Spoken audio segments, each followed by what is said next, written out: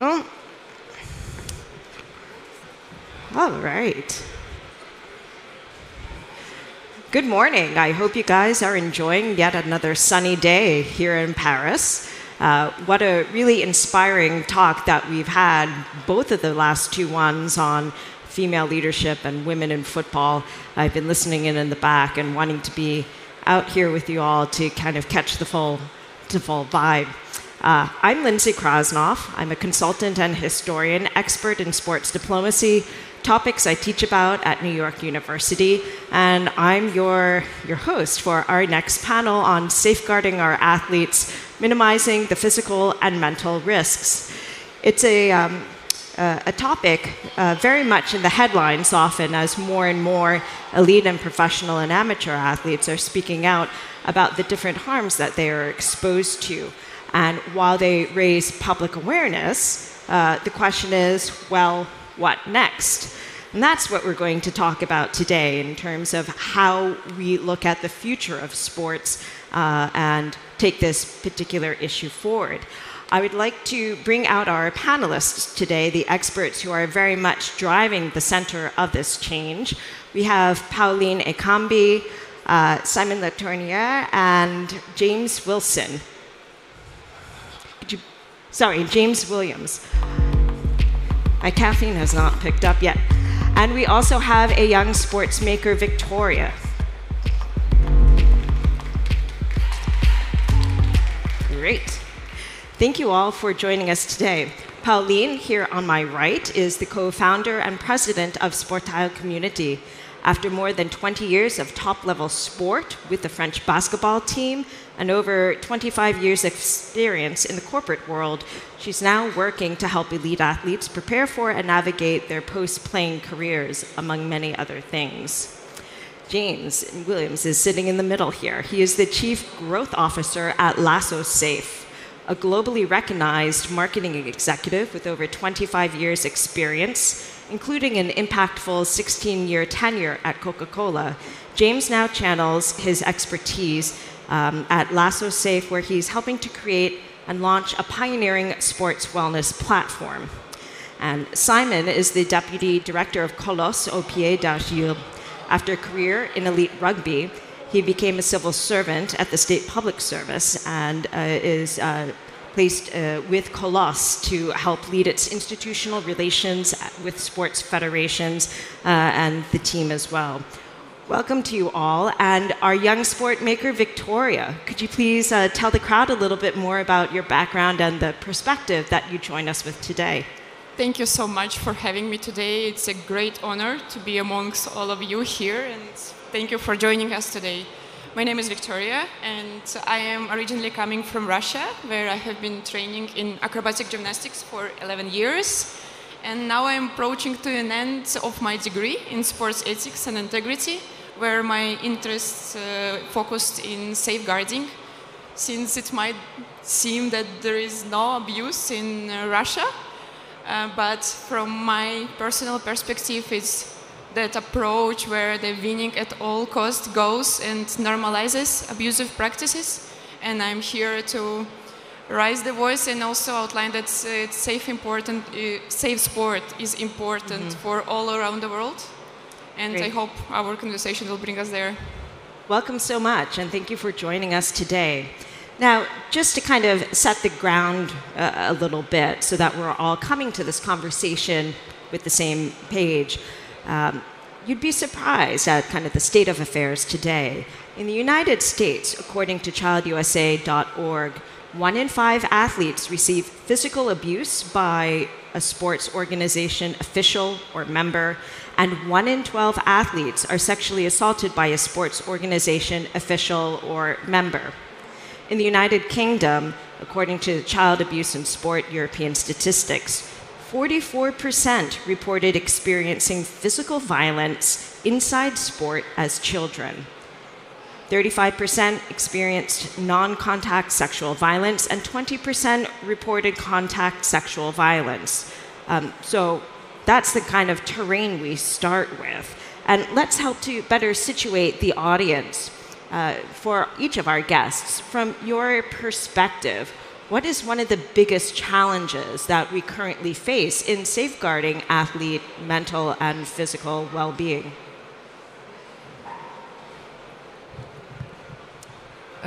Hello, everybody. To my point of view, the biggest challenge is putting people at the heart of sport, heart of performance, sorry, and to commit to humanly responsible performance.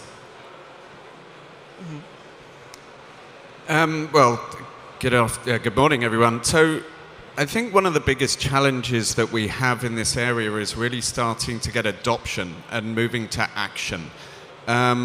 It's always been a reactive kind of world in terms of safeguarding. So what we need to do is try to proactively stop abuse happening before it happens. And we need to stop talking about it and start putting in place the solutions that will look after our kids, these athletes, for the future. Thank you. Simon, from your perspective. Yeah. And probably changing the mindset leaders.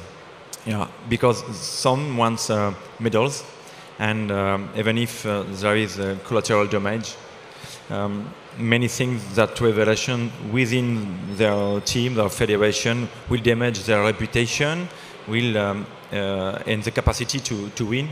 But we tell them it's quite the opposite, really quite the opposite. You win because you participate in protecting, and probably it's a good bet, in fact, to invest like that. Remember that the first place where children are at risk about sexual abuse, physical abuse, is within family. So sport has a place to repair, to protect too, like that. That's why, to be better, we must deploy massive prevention plans. Okay, great. Thank you all for helping us to kind of set the scene, as it were. James, I'd like to put you on the spot to help dig deeper. So we understand the social implications for why we should help better safeguard and caretake for athletes' physical and mental well-being, but from a business perspective, right? We're here at a major business industry event. Why does this matter for businesses? How does this translate to them, and why is it necessary that they too are implicated? Yeah, it's a great question, because what we need to do is work out. So if there's estimates that within the sports industries, there's going to be approximately about $40 billion will be a cost to the industry to deal with abuse cases, which is unacceptable. But what we do know is that if we can create safe environments, we will extend athletes' careers by 56%. We will also improve their mental well-being by 50%. And then the financial potential is it can, at a minimum, increase revenues for clubs and venues by over 15 times what they currently do. So not only are we saving and improving the lives of the athletes, venues, federations, they can make money on this as well, and they'll save money as well. So if we can get this right and do it in more preventative ways, then we can make a significant difference all round. Mm-hmm. So very much a business case for the industry. Simon, following up on that, we typically don't think of businesses or entities as helping to be key stakeholders or actors that can help to protect children, particularly young athletes. Why is this? Why, in your opinion, is this the case that they should be? Yeah, business and sports investor. Mm-hmm. Maybe because our kids are ruined, are broke, as they don't vote, as they are not investors, they can put money on business. But children are great. They adapt to everything and every difficult situation. That's great. That's really. But in this difficult situation, they are also damaged Sure. With Colossus, with Feet of Clay, we believe that sport has a really big impact in society, really big impact, with the help of everybody. In many points for health, social, sustainable, and economic. It's true. Because of his values of sports and because sport unleashes passions, probably.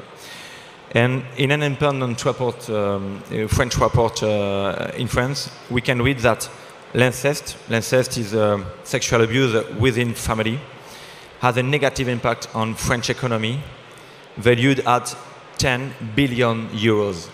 10 billion euros. Maybe thanks to VivaTech, non-investors will be engaged better. Great, thank you. Pauline, turning to you, with your background and expertise, you know what it's like to be an elite level athlete from a very young age on through, and you work with them today as well. And I think one of the things that often gets overlooked is we're focused on the performance and of athletes at any level, but not quite so much on what their actual realities are. And so I'm curious, from your perspective, how do these realities fit into the larger conversation of safeguarding physical and mental well-being? No, I wanted to say something about what Simon said about first, because sure. I've been a victim of incest myself, and it was a source of stress when I was younger, and sports helped me a lot, but in the same time, the fact that I couldn't speak to people about it, and it impacted to my performance. I had a chance to have coaches who listened to me, and the listening helped me and to perform and to use sports to have a better life, to focus to my future, my personal development, and my after career. So if I wanted to say how do you say témoigner? Contextualize. Témoigner in English. To provide that. Non, témoigner. Témoigner. Yes, testimony. Testimony about that. This is what I wanted to say first. So the problem, other problems elite athletes faces during and after the sports career, in particular retraining, as source of stress also. It's time to repairing a social injustice toward elite athletes for their mental well-being. Less than 500 days before the opening of the Paris Olympic and Paralympic Games, a new dynamic has emerged in French sports landscape. It's not just about winning medals or breaking records anymore. It's about rethinking the place of sports in our society. A more inclusive, more competitive, and more responsible sport to become everyone's legacy. Today, there are only 500 French elite athletes potentially winning medals in the Paris Olympics and Paralympics Games out of 5,000 listed elite athletes who can benefit from professional integration teams. Similarly, nearly 50% of elite athletes, the same ones, who defend the color of France internationally, live below the poverty line. This is the most precarious status in France. My company, Sportail Community, and its partners are more than ever in the starting blocks to challenge the current state of the post-career of elite athletes in France, to bring together two highly complementary and value creators, the business world and the elite athletes. We are convinced that this action to transform the future of sports is in line with that of the economy. Embodying, defending and promoting this action of general interest, values of commitment to society. Such is our common duty. The notion of legacy necessarily refers to those who makes us vibrate throughout these games, to these elite athletes, these Olympic champions, but also to their retraining, their professional integration, their employability, their new place in our society. Great, thank you. And you know, it's one thing to raise awareness, but it's something else to start to implement some of the steps, such as training. And Simon, Collosse has trained over 70,000 people last year alone.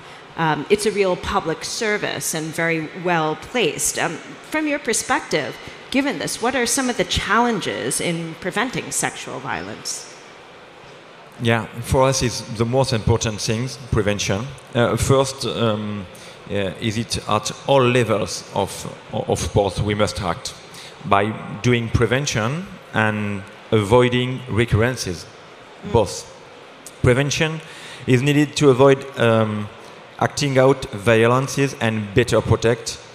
But how? In address young people, so what they know how to protect themselves by knowing what are the intimate part of body for kids. It's the first thing. Second, sensitive adults around children, coaches, leaders, educators, parents, to better protect young people, better detect victims, to see multiple signs like a red flag, knowing how to alert and who, but also to protect themselves against reprisals or false allegation, maybe. And fighting recurrences, it must be prevented by systematically investigating, reinforce the ban on practicing with minor, sure, checking respectability by controlled criminal records. It will be systematically filtering of professional, but also volunteers. They are outnumbered than the professionals. And the last one, maybe taking care of pedophiles. Yeah, like sick people with medicine to stop recurrences. Sure. Okay, thank you. That's a good kind of starting point to keep in mind. Paoline, turning to you, I know you've touched on it a little bit, but I'm curious, you know, we talk about how to safeguard athletes, but we also don't think about helping, you know, the mental aspect of worrying about their post-playing career. So was there anything that you wanted to distill or to add in terms of how Sportail Community is working to help safeguard athletes, past and present, in their reconversion process? What I would say is the sports project must also be a global project that considers the life and professional project and for the personal development of elite athletes so that it is efficient. Okay. That's what I can say about it. Okay, great, thank you. Now, James, talking about other types of forward solutions, I understand that Lasso Safe is very much working towards a very concrete solution. Can you tell us a little bit more about that, please? Yeah, very much so. And I want to commend Simon for all his work in terms of that education and teaching. And what we've done at Lasso Safe is take 13 years of research and turn this into an AI platform that allows us to monitor the athlete's experience. And what they can do is fill in a questionnaire. It's anonymous, it's independent, and from there we can see the thresholds of when there are going to be issues. We can monitor that, and deploy proactive, real-time solutions when we see things happening within venues, within clubs, and things like that. And we can do that not only on a local level, we can do it on a national level, and we can do it on a global level. This means that we can educate people in real time as we learn more and more. So protecting the athletes as they go through the process. And it's not a one-time shot, because during a season, the athletes will go through different phases of training, of events. So what the platform, the sports wellness platform, does is look to learn and grow and predict what's happening so that we can stop it happening before it happens. And again, we'd love to, anyone in the audience that wants to, demo and have a look at the platform, go to lassosafe.com, click on the demo, and that's where you can try it. And working with people like these guys, we can develop and grow the platform to be better and save and protect the lives of young athletes. And just to follow up on that, in society kind of at large, there's a larger conversation going on about the risks and benefits of AI. How have you guys at Lasso Safe kind of grappled with this? And so I think it's always in the media, it's one of those things that they love a negative story. AI does have a lot of positive impacts, and what we're doing is taking the positive impacts of AI and using it to make positive change. But saying that, we have put all the governance and safeguards in place to protect that. In the same way, from a data protection point of view, we have covered to the highest level of all the tech protection so that we are deploying this to make positive impact, and it's not going to make a negative impact. Okay. Victoria, I'd love to bring you into the conversation. I understand you've got some burning questions for our panelists as well, particularly given your background and experience in the field. Thank you so much. And before I jump into my question, I want to also thank Paoline for raising her voice and sharing her experience, because behind those numbers that we are discussing now, there are athletes that experience the things that it might be difficult to be sharing about. And I appreciate that you raise your voice. And coming to my question, what I can hear, you're having brilliant insights, ideas that you try to develop in order to create this safe sport, and we understand the importance of the safe sport. And as we understand the importance of the clean sport, so we have World Anti-Doping Agency that exists, works, and asks to comply with the code, each country. And here is my question comes, whether you see the possibility of implementing the World Safeguarding Agency, since we have so many strong stakeholders that raising awareness, and we have a lot of talks of the importance of it, but where do we take steps and where do we begin, how do we implement? And this is the question that I want to address to all of you, and to bring to more the step-by-step actions that we can do. And since I'm a young sports maker, and to also make a difference in my career, I hope. Thank you. I'm happy to step in. I think in answer to your question, we believe there is a need for a global standardization. There is a need for there to be some kind of global party that is independent, that can help to collaborate. So, this is about starting a movement that can drive action. We need to move from discussion to action. And with that, I would like to open this up to anyone. Over in the corner in the Connection Hub at 2 p.m. this afternoon, if you want to come and talk to us, we want to have that.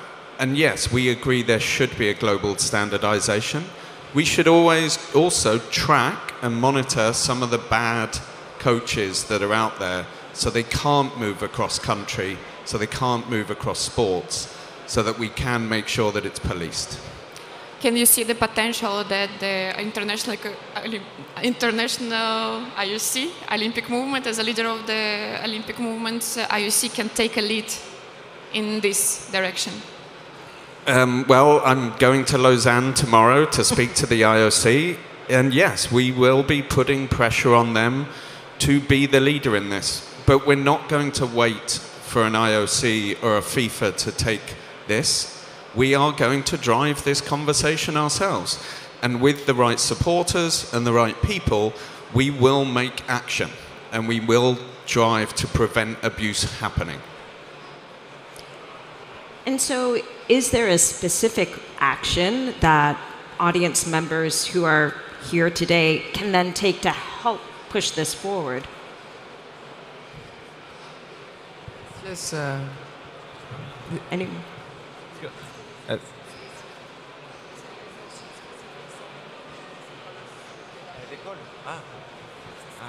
A specific action we do with Colossus. In fact, yeah, we work together with 50 federation, sports federation in France, with government, different ministries, and it's important with other associations, NGOs too, because it's a field, sexual violences, child sexual violences is a field which is complicated. We are not too much, really. We are not too much. We have to be better again. So, but not alone, part of part, but together, day after day. Pauline? First of all, I want to thank you for what you're doing, James, and of course Simon, because I follow and support Collosse of Pieds d'Argile. To me, the action has to be done quick, because it's about life of kids, protection of integrity. We waited too long, and now it has to be a worldwide action, not only country. And it's good that there's a change, but the change is very long for the victims, because it's about, we're talking about victims, and while we are talking, there's about 144 victims per day. So I want to action quick. It's about urgency. It's about humanity crime. It's about time to work all together, really worldwide. This is my point of view. Great, thank you. Yeah, no, I agree. I mean, I think the actions, as I say, if anyone wants to go on to lassosafe.com, download, get a demo of the platform, the more places we can put this, the more collaborations we can put in place, the more we can affect change. And it's as simple as that. Great, thank you. Victoria, I'd like to toss the mic to you for our parting shot. Sitting here on stage, listening to the conversation, what's your key takeaways that you've heard for the audience?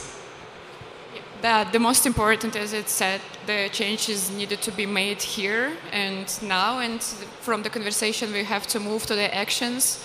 And as Paoline said, I just want to urge for the need to create this oversighting body to safeguard sport and protect the positive experience in sport, because we understand that behind these numbers, as we speak now, there are kids, particularly girls, that are abused mentally, psychologically, physically, sexually by practicing sport. So I think we just all need to understand, again, not just understand, but take a stance, start moving, start urging, start being together, collaborating, understanding that we are unified in our mission to make sport safe for everyone. And from my experience as an athlete, it all starts that you do not have the definition of abuse and harassment. While you're in this bubble where your coach might be abusive, and then you have a bystander that normalizes this abuse, and you're in this bubble that says you're okay, it's something wrong with you. But to move away from it, we have to educate kids and not wait for them to experience this, because we understand there is a life after the sporting career. And we want this life to be fulfilling and enjoying, and then you share the love for sport.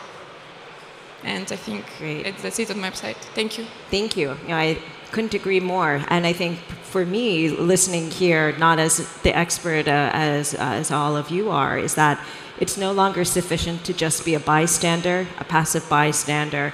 It is incumbent upon everyone to take actions, no matter how small, to help remedy and move forward the situation.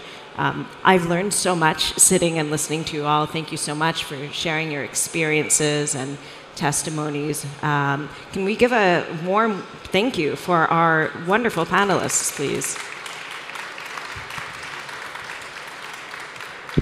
It's, of course, a topic that we really do need more than 30 minutes to get fully into, but hopefully we've provided you with some good takeaways to think about and to take action on. Next up, I'd like to introduce our next panel on greening the game, tackling sport and entertainment's carbon footprint. C'est en français, and I'd like to welcome Pascal to the stage to help take over the mic and bring you forward on your journey. Thank you all so much. Have a wonderful rest of your day, and we will see you soon.